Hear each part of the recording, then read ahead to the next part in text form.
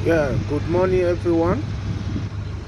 As you can see, this is my co-worker.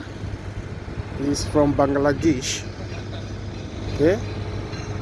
Now I'm about to continue my morning activities this morning. As you can see, I've the engine that I'm talking about,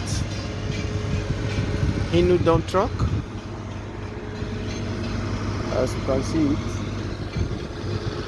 it's already open.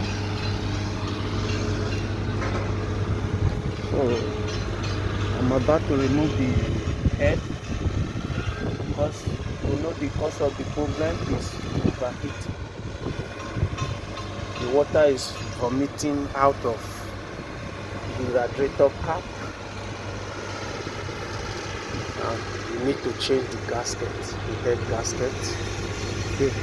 Before you remove the head of this cylinder, it has a timing, and the timing, the procedure, you have to follow it before removing the head. Without that, when you fix everything, the engine will not come for you, it will jam. Thank you very much. I will give you update about everything when I remove it. Okay, God bless. Yeah.